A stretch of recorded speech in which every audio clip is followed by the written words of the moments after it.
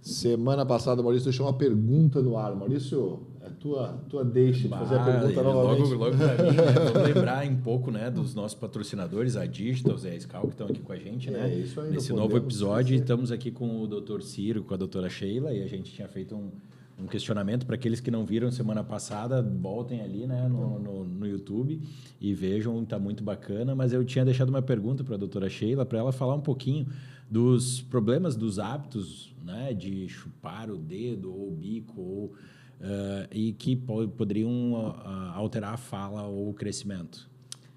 Bom, os hábitos orais deletérios, eles naturalmente vão causar hipofunção de alguns músculos e muita função de outros. Normalmente, o que fica pouco funcional é a língua. Existem dois problemas com relação à fala, que é o desenvolvimento da fala, porque a criança fala. E, normalmente, ela está com ou o dedo na boca ou a chupeta. Então, ela interage menos. Ela tem menos estímulos do ambiente, porque ela está ali com algo na boca. Então, ela fala menos e ela fala meio enrolado, porque fala com a chupeta na boca, né? A outra situação é a alteração óssea do tamanho da boca. Então, fica normalmente uma boca atresiada, alterada no seu tamanho. Então, a língua, para trabalhar dentro daquele espaço reduzido, ela também fica comprometida. Então, eu tenho duas funções, duas visões do que pode acontecer para piorar ou alterar a fala de uma criança. Primeiro, elas falam mais tarde. Segundo, a fala fica alterada porque eu tenho uma alteração óssea, uma alteração dentária e uma alteração funcional, da função da língua. Então, uma língua mais mole vai falar. Uma mordida aberta, por exemplo, que é muito comum nas crianças que usam chupeta e dedo, né? Então, os dentes da frente eles não se encostam. Eu tenho uma interposição da língua entre os dentes, que a gente chama de ceceio anterior. Então, eles falam meio cuspidinhos. Então, sai a linguinha ali para fora. Então, eu começo a ter alterações porque a língua está se acomodando no espaço existente.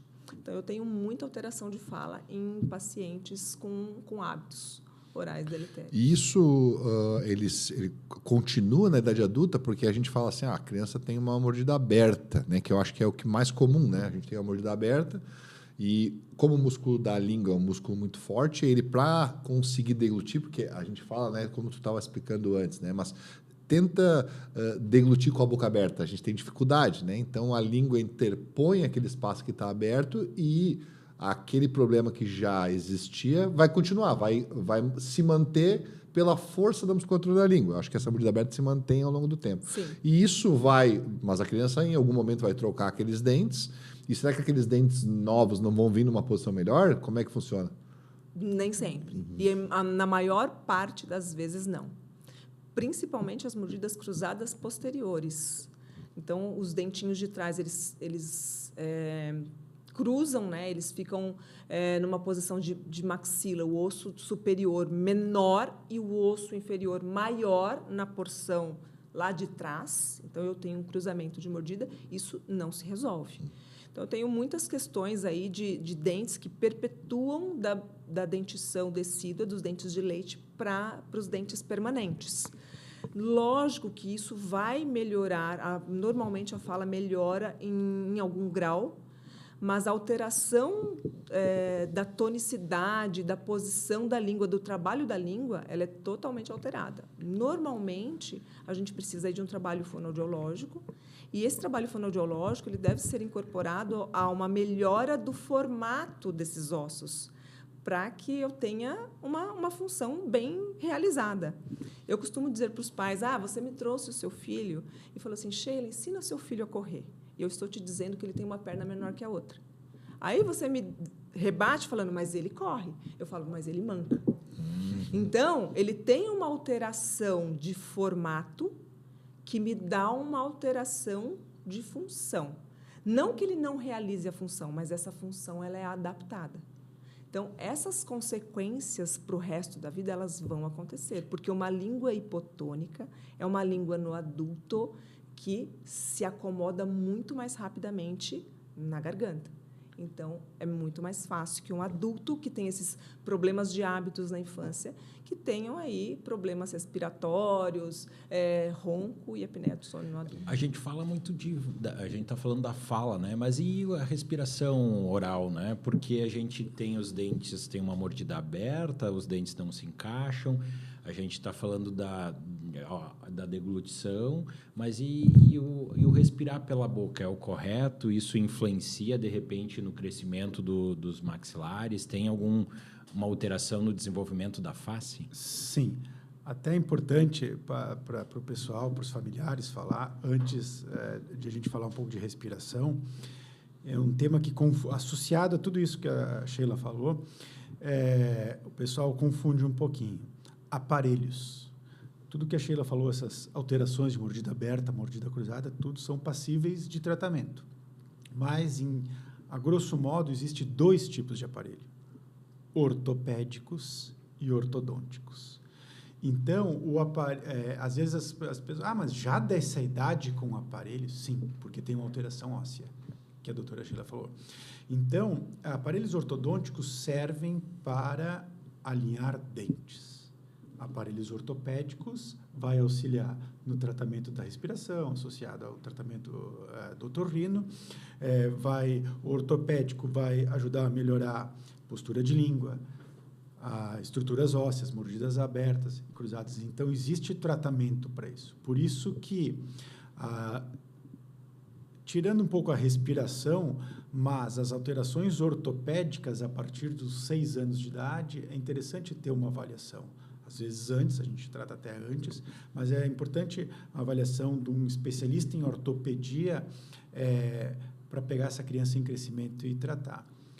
Associado, então, à questão respiratória, eu gostaria que daí a Sheila até falasse. É bom falar do mamilo, porque o mamilo é um acessório que a gente coloca num desses aparelhos e ele a gente usa para substituir os hábitos orais. Então, para remoção de chupeta e dedo, a gente usa um acessório chamado mamilo, que ele é incorporado ao corpo de um aparelho e a criança suga esse mamilo ao invés de sugar o dedo ou a chupeta. Então, nós favorecemos o posicionamento correto da língua, vedamos a boca, porque é um aparelho que fica interno à boca. Então, ele continua sugando, mas de uma forma menos deletéria. Uhum. Tá? Agora, a respiração na questão da respiração, então, aquele bebê, por exemplo, onde foi introduzido o hábito da mamadeira muito cedo, ele tem um grande risco a desenvolver uma respiração bucal. Então, por isso que a gente estimula a livre demanda do aleitamento materno. No momento que isso é diagnosticado, essa respiração bucal, ela vai ter consequências no sono, né? No foco, porque o cérebro de uma criança, para produzir todos os hormônios de crescimento, de reparação e tal, ele precisa de oxigênio. E esse oxigênio é aquele arzinho quente, úmido e filtrado pelo nariz, né? Não pela boca. Então, quando a gente nota que essa criança está dormindo com boca entreaberta, isso nós estamos falando lá, 2 aninhos, 3 aninhos de idade, até antes, é importante a avaliação do otorrino para ver se essa criança não tem adenoides grandes, amígdalas grandes, que dificultam essa respiração, né? Então, associado ao diagnóstico do otorrino, temos que avaliar as condições anatômicas ósseas da criança, né, para determinar um planejamento multidisciplinar, enfim, para dar condições dessas crianças respirar bem, para se desenvolver bem. Então, tem muitos diagnósticos de hiperatividade por questão respiratória, tem muita questão de má postura da coluna por questão respiratória. Hoje, tem muito bruxismo relacionado não ao sistema nervoso central, e sim por questões respiratórias, né? Então, isso é muito importante e é interessante nós estar falando nisso, porque, veja bem, estamos falando em respiração, nós fugimos da odonto aqui, né? Mas não, isso faz parte ao contexto e às estruturas ósseas. Então, cabe a nós, odontopediatras, ortopedistas, a saber identificar também a respiração e o que a gente deve fazer para essa criança respirar melhor. Esses aparelhos, assim, porque é bom como a gente levantar essa questão, né, que tem uma diferença de ortopedia, ortodontia. Ortodontia, movimentação de dentes, é aquilo que a gente vê colados aparelhos, hoje alinhadores, né, para movimentar os dentes. Os aparelhos ortopédicos, eles fazem, junto com a movimentação dentária, uma movimentação óssea, né? Como é que são esses aparelhos? Eles são fixos, eles são removíveis. A gente vê as crianças aí com alguns aparelhinhos na boca. É interessante as pessoas entenderem, né? Porque muita gente pergunta, tá, mas tu tá de aparelho, mas e como é que ele é? Não tem nada colado? Até que idade a gente consegue fazer essas movimentações ortopédicas e a partir de que idade que a gente não consegue mais e por quê? É bom a gente levantar essa questão para os pais, né? Eu vou deixar a Sheila falar, mas o que acontece? Por volta dos 6 aos 7 anos, nós temos a nossa face, 90% da face já formada. Então, a gente não tem mais o crescimento transversal. A nossa boca vai crescer anteroposterior, vai crescendo para trás, para caber o primeiro molar, o segundo molar e provavelmente o siso futuro. Então, a gente, com 6 a 7 anos, a gente tem condições de a gente já ter um predictivo, já ter uma noção do perímetro do arco e a gente vai ver se vai faltar espaço ou não, ou como está crescendo, através de uma cefalometria, como está crescendo esses ossos. Então, a Sheila pode falar como funcionam esses aparelhos, eles são fixos, eles são móveis, então eu gostaria que tu... Na verdade, os aparelhos, o tipo de aparelho que a criança vai usar, normalmente a criança ela não usa um aparelho ortodôntico, embora os aparelhos que as crianças usem também faz movimentos dentários até um nível, tá? Então, acontece o movimento dentário, mas normalmente nas crianças nós precisamos alterar não só o osso, mas a gente precisa também melhorar a função. Normalmente, nós usamos 2 tipos de aparelhos, os ortopédicos mecânicos e os ortopédicos funcionais. Os ortopédicos funcionais são aqueles aparelhos que a criança coloca na boca e ele cai, fica difícil de falar, né? Porque é um aparelho, a gente costuma dizer que é um aparelho de exercício para a boca. Então, eu estou treinando língua, eu estou treinando músculos de vedamento labial, então, os lábios, eu estou treinando posicionamento, eu estou avançando, por exemplo, um queixinho mais para frente, eu estou expandindo os arcos para o lado, eu estou fechando mordida. Então, esses aparelhos ortopédicos, eles não só tratam osso, mas tratam função também, então, tecidos moles. E os aparelhos ortopédicos mecânicos, normalmente, são aparelhos que usam uma força maior e eles também agem em osso, então, também agem no crescimento da criança. E a gente pode usar esses aparelhos até final de crescimento. Por isso, normalmente, a gente tira quando a criança está por volta de 12, 13 anos de idade. Normalmente, se a gente vai usar um aparelho ortopédico funcional, a gente pede uma radiografia de mão e punho para saber se essa criança ainda tem condições de crescer. Porque nessa fase de surto de crescimento, ou que ainda tem... No surto de crescimento, a gente tem um pico de crescimento mandibular, que às vezes a gente usa esse surto para ter um resultado melhor do tratamento ortopédico. Mas depende muito de criança para criança. Tem criança que, com 9 anos, a gente tem... assim, fica ali penando para conseguir um resultado. Tem criança que a gente coloca aparelho em 6 meses a gente fala, acabou o tratamento. E no consultório de vocês, qual que é a média de idade que procura, né? Porque lá o odontopediatra é um pouquinho mais cedo, né? Para ortopedia, eu queria uma sugestão assim de idade para que os pais que estão nos escutando pudessem, de repente, a partir dessa idade, eu acho que é importante eu dar vou uma falar olhada. muito o que acontece. Lá no consultório, o consultório do Ciro é do lado do meu. E é separado por uma porta de vidro. E o Ciro pega os bebezinhos, as criancinhas de 1, 2 anos. Então, o que acontece muito é que eu estou atendendo, ele dá uma batidinha, amor, dá uma olhadinha aqui. E eu vou até lá e, às vezes, eu dou uma olhadinha e falo, Então, o que a gente pode melhorar nessa fase? Porque, muitas vezes, é uma fase que a gente já identifica uma alteração, mas eu ainda não consigo intervir, porque está muito pequenininho ainda, então a gente não intervém. Mas a gente já começa orientação de mastigação, orientação de higiene do sono, a gente vai orientando para que, às vezes até porque já usa uma chupeta, né?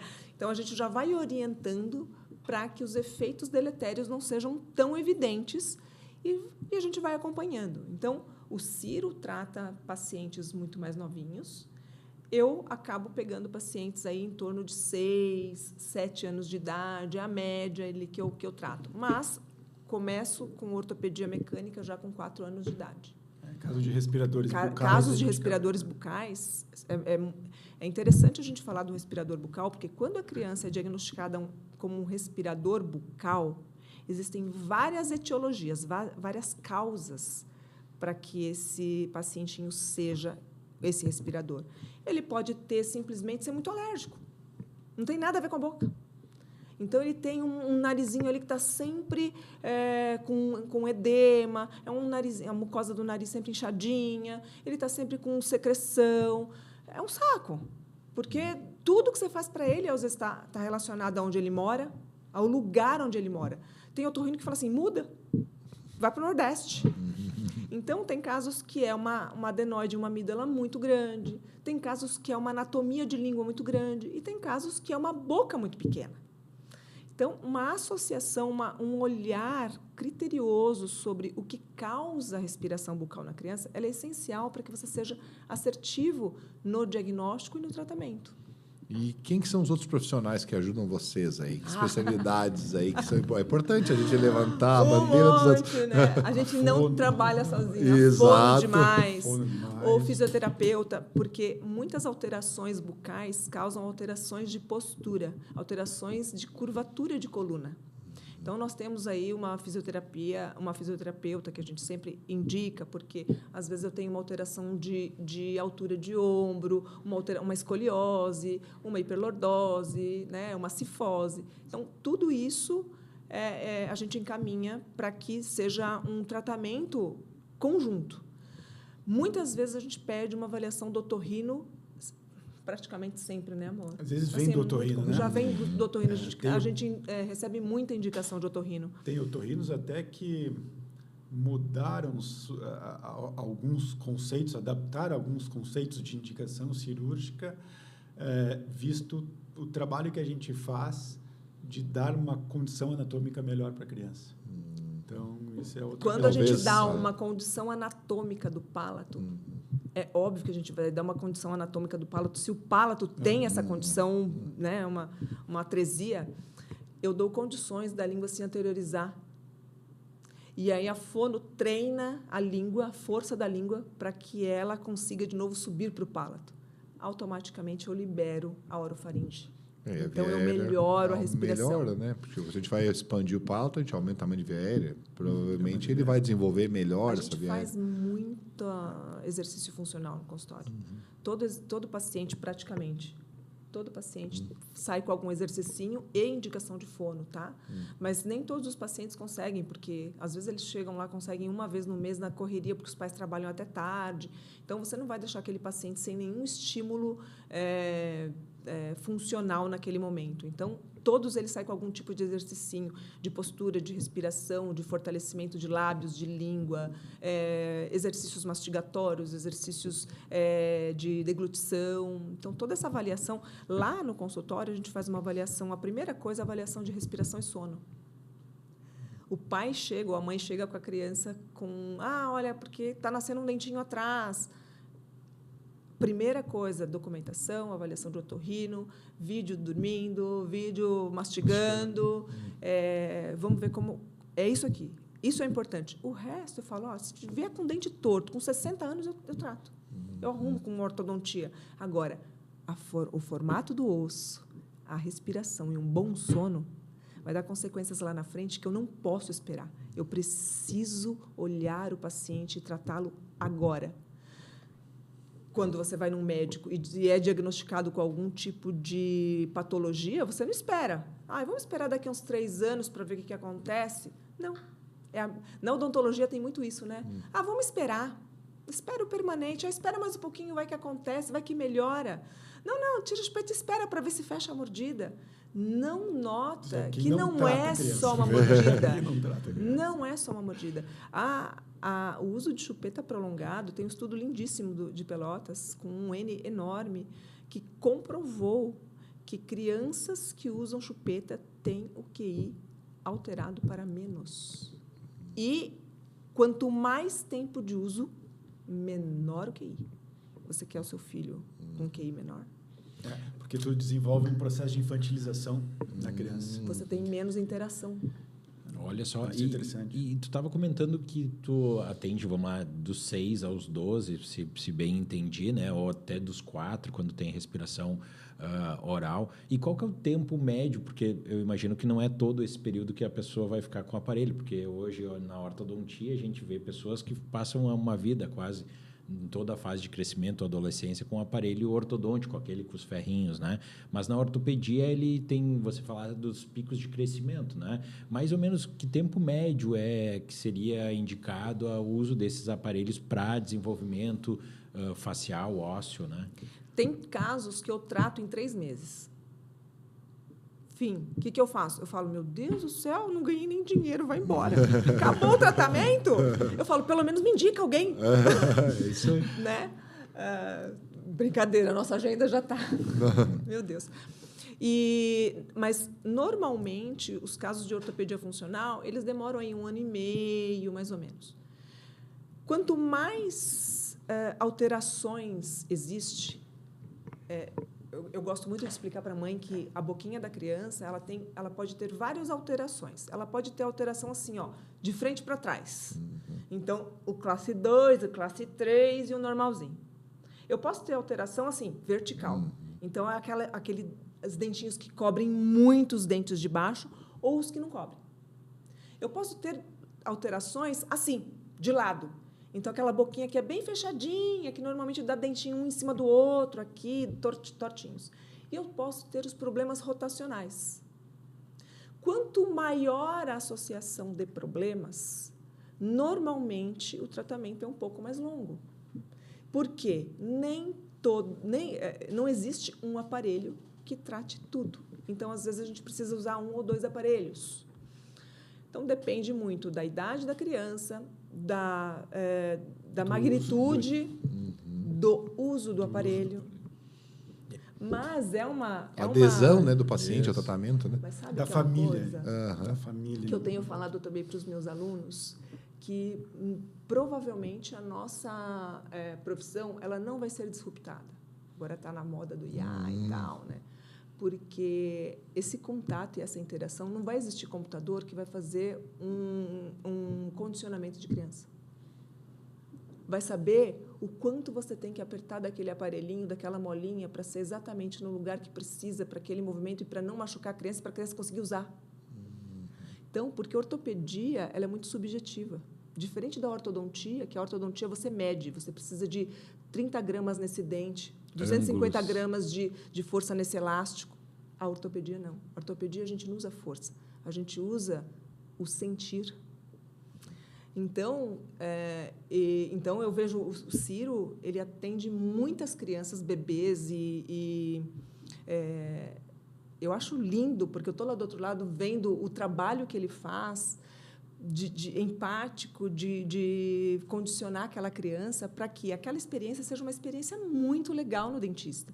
Isso é importantíssimo para ter adesão, para que a criança goste sempre de ir no dentista, para que ela tenha uma saúde depois, a longo prazo, uma saúde bucal a longo prazo. E nem sempre é bonito. Tá? A gente vê muito na internet aquela coisa bonita de atender o paciente especial. O Ciro ele atende muitos pacientes assim. E, às vezes, chega numa condição que não adianta você chegar no hospital e falar assim, olha, meu filho está morrendo de dor, um autista, por exemplo, não verbal. Meu filho está morrendo de dor, o que eu faço? Pô, quem teve uma dor de dente uma vez na vida sabe que não é um remédio. Você não consegue ir no hospital e dar um remédio e aquilo passa. Você precisa fazer um procedimento no dente para abertura, muitas vezes. E eu vejo o Ciro fazendo isso lindamente, porque eu sei o quanto é difícil você ter que, às vezes, segurar uma criança. Eles são fortes, muitas vezes, mas ele precisa fazer, porque no hospital não vão fazer. A mãe está com ele em casa. Então, nem sempre é bonito.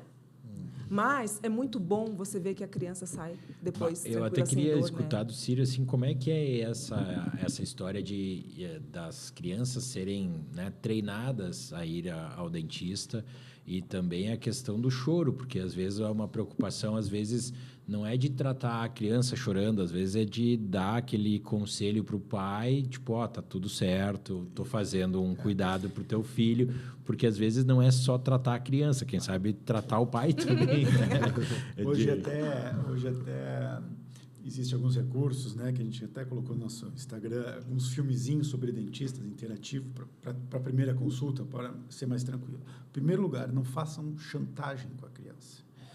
Não negociem com ela. A criança está sob tua educação e nós vamos te levar no odonto pediatra, que vai ser teu amigo. Agora, vamos lá e se tu não te comportar, eu faço isso, eu faço aquilo. Então, primeiro, palavras positivas, né? Não assustar. Segundo lugar, está levando a criança com 1 ano de idade, 1 ano e pouco, 2 anos e tal. A criança com 1 ano e pouco, sadia, a forma de como ela se comunica é através do choro, né? Então, pode haver o choro. A gente tem que identificar, só que não seja um choro de dor. E existe, enfim, jeitos para isso. E também a gente usa técnicas, né? Falar, mostrar e fazer. Então, tudo que a gente vai colocar no órgão de maior sensibilidade da criança, que é a boca, a gente mostra antes, a gente mostra na mão, a gente fala, a gente explica. Inclusive de crianças que não falam ainda, tá? Inclusive. Para bebês, para qualquer... A gente coloca a mão na criança, a gente fala, ó, a tia Xê veio aqui para cuidar de você, e a tia Xê vai usar isso aqui, vai colocar a mãozinha na sua boca. São técnicas. Mas como tu falaste, tem que haver essa compreensão dos pais. É um momento, muitas vezes, que a criança se manifesta com choro, na qual a mãe tem que guardar o coraçãozinho dentro da gaveta e enfim, não mostrar uma ansiedade. Porque, ai, meu filho, deixa eu te dar a mão. Não. Né? Não precisa. Então, quer dizer que ela é mais importante que eu. Então, confunde um pouco a criança. Pode dar a mãozinha, não tem problema, mas ela transmitindo essa ansiedade, a criança não ajuda a estabilizar a criança. Né? Então, os pais saberem e demonstrarem que eu estou lá para o bem. Né? Vai ter o choro? Vai ter o choro. Em casos mais assim difíceis de atendimento, né, que não é sempre as mil maravilhas, grande parte é uma experiência boa, mas, enfim, às vezes a gente tem uma criança que vem com dor. Ela já passou pela dor, pelo sofrimento. Então, ela já imagina que pode acontecer algo ruim. Então, é mais difícil de condicionar a criança. Então, às vezes, a gente leva tempo, às vezes leva consultas para condicionar essa criança. Muitas vezes, numa urgência onde a criança sofreu um trauma, eu preciso atender com o que a gente chama de estabilização protetora. O que é a estabilização protetora? É uma forma onde a mãe senta junto com a criança para estabilizar a criança para diminuir o risco de ter algum acidente durante o tratamento. Assim como o médico faz uma estabilização para dar um pontinho onde, né, geralmente na testa, que a criança deu uma batida na porta. Né? Então, precisa da estabilização. Então, a estabilização não é vista como segurar a força. Não. Ela é uma proteção na qual eu preciso de um atendimento de urgência. Uma contenção. E sabe uma coisa muito comum, que faz muita diferença? Toda consulta que a criança reclama um pouquinho, ou às vezes chora, quando ela sai da cadeira, a mãe pega e fala, pronto, acabou. Como se a mãe tivesse libertado ela de uma forca, da guilhotina. Então, a criança fala, realmente, eu estava num lugar muito ruim mesmo, porque ela me salvou. Então, o que a gente orienta é que quando ela tira a criança da cadeira, ou a criança acabou o procedimento, que legal que foi! Nossa Senhora, né? Olha que dentes lindos que você ficou. Nossa, a mamãe tá muito feliz que seu dente... Vamos mostrar para o papai esses dentes que ficaram lindos. Então, você tira a criança daquela situação de estou te salvando do perigo para, olha que legal, você foi corajoso e olha como saíram seus dentes. Então, a criança ela acaba até falando, nossa, eu sou mesmo capaz. Olha só, eu fiz sozinho.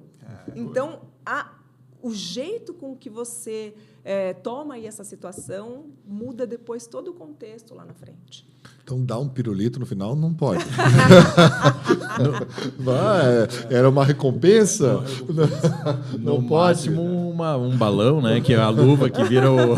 Tem os brinquedinhos, tem as medalhas de bom comportamento, tem os diplomas, tem as tatuagens que eles Isso amam. é interessante, porque às vezes a gente fica em dúvida, né? Eu acho que eu não faço pediatria. Os meus pacientes odontopediátricos são todos no hospital, né? Às vezes eu tenho que atender crianças pequenas que tem alguma alteração cirúrgica para fazer, então a gente acaba tendo... Que daí facilita um pouco a minha vida, porque né, não tem essa questão do choro, não tem nenhuma contenção, tá tudo certo. Mas essas recompensas são legais, assim, não os pirulitos, né? Mas, é muito importante isso, porque a recompensa é pelo mérito. Então, assim, se tu pegar uma criança, por exemplo, de idade escolar, primeiro ano, meu filho, se tu passar de ano, tu vai ganhar uma bicicleta. Está errado, porque o que interessa para ele é a bicicleta, não é estudar. Né? Então, isso é uma chantagem. Agora, ele passou de ano, eu vou lá e compro a bicicleta. Nossa, é mérito, ele recebeu. Então, mesmo eu faço na cadeira. Né? A criança, no final, ela vai ganhar uma tatuagem, ela vai ganhar uma medalhinha, ela vai ganhar, enfim, algum presentinho pelo mérito. Né? Mas nunca, se você ficar quieto, o tio te dá. Não porque pode fazer acontece nenhuma. muito isso. A mãe, se você ficar quietinho, a mãe leva você ali sim. comer um açaí, Tem presentinho. Eu atendi numa situação em que a mãe, toda vez que a criança ia, a mãe saía de lá e passava na loja de brinquedos. Então, mas tem isso, né? Tem. Sim. Então, nós temos as referências assim, tipo, o Samitiba, né? Um grande psicopedagogo, uma referência, uns discípulos dele, que é o Léo Freiman. Que eles falam? Né? O grande problema hoje é que a criança, nós pais, queremos ver as crianças felizes 100% do dia. Está errado. É tela. Querendo a criança ser feliz. Não, a criança tem que aprender a lidar com as frustrações. Ela passou por um tratamento no hospital, um tratamento no dentista, um tratamento assim, parabeniza. Que bom. Não coitadinho. Ao contrário, que bom, o dentista resolveu o teu problema. Né? Então, no momento que a gente vê que a criança tem que ser 100% feliz e eu tenho que levar na loja para comprar, está errado. Ela não vai saber lidar depois no futuro com o problema, ou o chefe demitindo ela. Depois, qualquer situação que ela se veja adulta, que ela está frustrada ou ela não conseguiu aquilo, ela vai querer uma recompensa. Ou na comida, ou num relacionamento que não é muito legal, né? Ou numa amizade que também não é muito legal. Então, ela acaba levando isso para a vida adulta. Um drama que eu acho que todo pai tem é pedir para que seu filho escove os dentes, né? Sair da refeição ali e ir ao banheiro, pegar a sua escovinha já treinado e ir lá botar aquele grãozinho de arroz, como tu falaste, e ir lá escovar os dentes. Quando pequeno, muitas vezes o pai tem que estar junto, né? Até por uma questão de cuidado, da criança não se machucar, imagino eu, e até para estimular a criança a treinar. Como que vocês têm feito técnicas, né? Ou como que vocês orientam os pais, né? Para estimular a criança a não ter aquele momento de briga, de botar o dedo e tem que escovar o dente. Ser pai é fácil, né? O problema é educar. Então, assim, o que a gente recomenda em termos de supervisão? A criança, ela vai ter o seu córtex pré-frontal, que é responsável por tomada de decisões, por disciplina, por... Nosso juiz. Juiz, o que é certo e errado, com 25 anos. Então, Bizi, nós vamos cansar de estar atrás da criança. Eu estou cansando. A gente vai cansar, faz, não faz, né? Arruma, dobra, ajuda a lavar. Então, é assim, é um eterno comando. É a orientação nossa, né? a função de uso de aparelho. Escova os dentes, escova os dentes, escova os dentes, é dos pais. Pelo menos até 6 anos de idade seria dos pais, que é onde tu começa com uma motricidade fina para ter uma habilidade para escovar sozinho. Fio dental vai aprender um pouquinho mais adiante. Então, assim, claro que é importante. Olha o pai aqui, vamos escovar. Faz. Vem junto. Né? Vem junto, porque Criança tem um vendo, né? neurônio espelho, né? Então, vai lá, explica, já demonstra como é, mas faz até os 6 anos de idade. Não dá para terceirizar isso. É muito comum chegar, olha, mas ele não quer usar aparelho. Tá, por que você não dá uma criança, um bebê para uma criança cuidar? Porque ela não sabe que precisa trocar a fralda naquele horário, porque a criança precisa comer. Então, ela não tem esse discernimento, ela não sabe da importância. Você fala, olha, para de chupar chupeta, porque isso vai tortar seus dentes. Ela olha e fala assim, Sim. continua, vira as costas e vai. Por quê? Ela só consegue entender o sentimento, e aquilo que ela está sentindo de gostosinho no cérebro, para ela é o suficiente, ela não precisa de mais nada. A mesma coisa, é muito mais fácil a criança ficar sentada assistindo um desenho do que levantar e escovar os dentes, né? Então é um comando nosso. É um comando. Duas especialidades, né? A odontopediatria, a ortopedia, são especialidades assim importantíssimas e antigas, né? Já existem há bastante tempo, né? A gente trata pacientes há muitos anos. Mas que tecnologias que a gente tem nova hoje em dia nas especialidades de vocês? Existe alguma novidade? Para onde caminha a especialidade? A gente vai ter uma mudança? Alguma tendência futura que vocês estão vislumbrando que vem aí com força? Eu vou falar um pouquinho do que a gente tem lá na Prodent First. Claro que eu acho que, falando em evolução, sempre a prevenção, né? Sempre prevenção, isso as doenças aí diminuíram o risco de morte enormemente por causa da prevenção. Mas eu vou falar um pouquinho do que a gente tem, por exemplo, que adquirimos há pouco tempo, em termos de motores, de a remoção de tecido cariado, que é um equipamento chamado piezoelétrico, certo? Não é um equipamento rotacional, é um equipamento por vibração, usado na cirurgia, né? Usado na periodontia também, e hoje usado também na pediatria para remoção de tecido cariado em esmalte, né? E a dentina depois é removida com cureta. Mas, enfim, como é um aparelho vibratório, ele não tem um barulho chato, certo? E tu consegue ser um pouquinho mais conservador em termos de remoção e não tem aquele, enfim, o barulhinho que incomoda tanto, né? Um barulho menor, quase zero e tal. Então, a gente usa esse equipamento para remoção de tecido cariado em esmalte com cavidades, né? É uma evolução. O diagnóstico hoje digital, né? Você faz todo o escaneamento, enfim. O escaneamento para não precisar a moldagem. Tem alguns momentos que dê para fazer também escaneamento, que também não é milagre. Isso. Análise de modelos digital e tal. Mas sabe o que eu também costumo dizer? Os aparelhos ortopédicos funcionais, eles foram, assim, eles vieram da década de 50, mais ou menos, eles são idênticos até hoje. Porque nada os substituíram ainda. Não tem. Então, o aparelho ortopédico ele é a mesma coisa. O ortodôntico mudou a estética, mudou. Antes era colocou alinhadores, brackets por lingual. Existiu uma mudança no aparelho ortodôntico, aquele que gruda nos dentinhos e muda os dentinhos de lugar. Agora, a ortopedia funcional, os aparelhos são idênticos ao momento em que ele foi concebido. Nada ainda conseguiu substituir.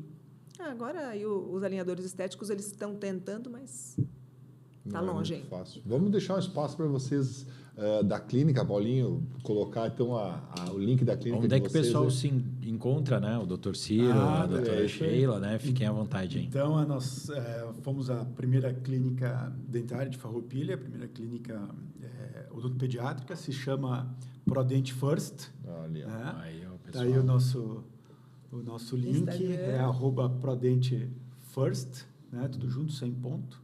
tá? Onde temos uma equipe, a doutora Sheila, na parte de ortopedia, a doutora Fernanda na parte clínica e na parte radiológica de imagens, né? Toda a análise de documentação radiológica, né? E se situa em Farroupilha, né? Eu na parte da pediatria. Eu há quase 30 anos aí como odontopediatra. Já formei alguns dentistas e algumas odontopediatras também aí, né? Que a gente se sente contente porque, né? A gente conseguiu estimular, então, novos dentistas, né? Estamos em Farroupilha, lá perto do centro, né? Em São Paulo também. Em São Paulo também. Eu atendo em São Paulo também. Então vai, bate e volta. Vivemos vida louca ainda. Né? São Paulo, todo mês. Atendo São Paulo aqui, dou aula na São Leopoldo Mandique. Em São Paulo. E São Paulo. aqui na Campinas, Sobracom. Não, São Paulo também. São Paulo. Olha, a gente fica contente e a gente aprendeu um pouquinho sobre essa questão do tratamento odontológico das crianças, né? A gente tem mitos, muitas, que a gente tirou aqui, né? Tirou algumas dúvidas que tinham.